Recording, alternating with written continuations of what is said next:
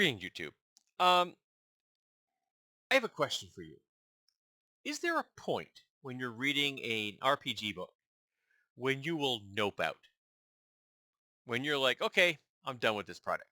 I don't need to read anymore. I had two instances of this pop up for me just quite recently.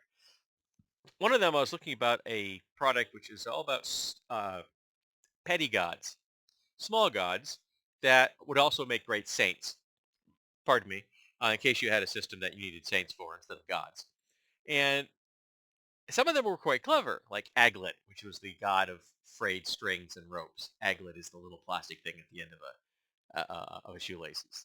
But very specific, petty gods, and I was found some of them quite entertaining.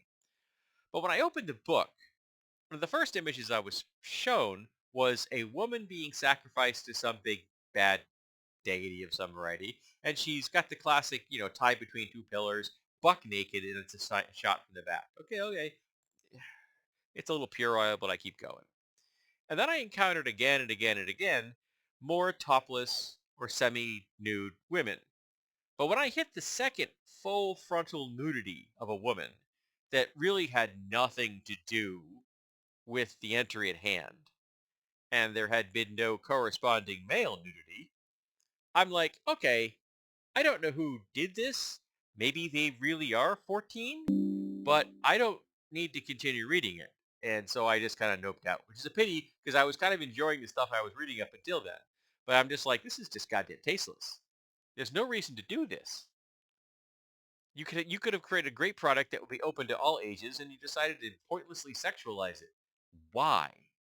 I'm not against nudity, but when it comes to tabletop role-playing games, you have to realize that there are broad audiences out there, some of who are below the age of 18, who may have a use for petty gods in their campaigns.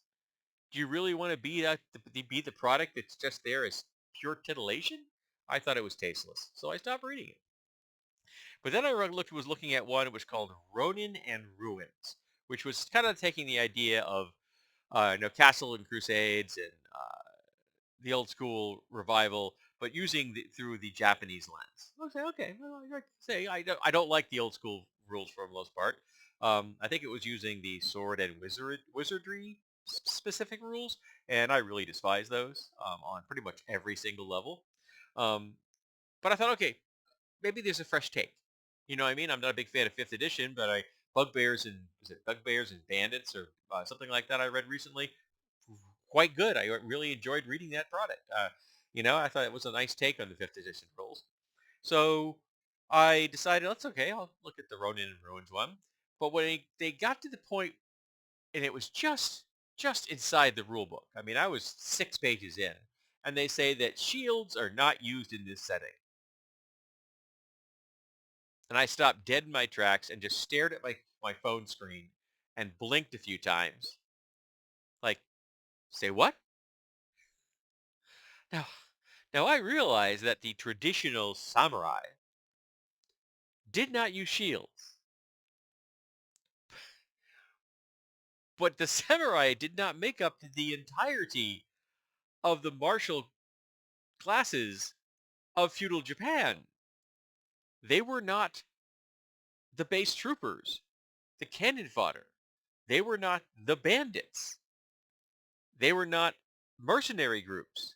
Yes, there were many samurai that probably never picked up a shield, but it wasn't universal. And there's a whole hell of a lot of people in Japanese culture that would be very glad to be standing behind a shield. Not to mention, in a fantasy setting of high fantasy, you're going to have non-human humanoid creatures that would very wisely use shields in a world where archery is common. Because remember, the classic samurai, the Bushido, was the art of the horse and bow. So if you have a shield between you and an arrow, that means you might get to live to see tomorrow.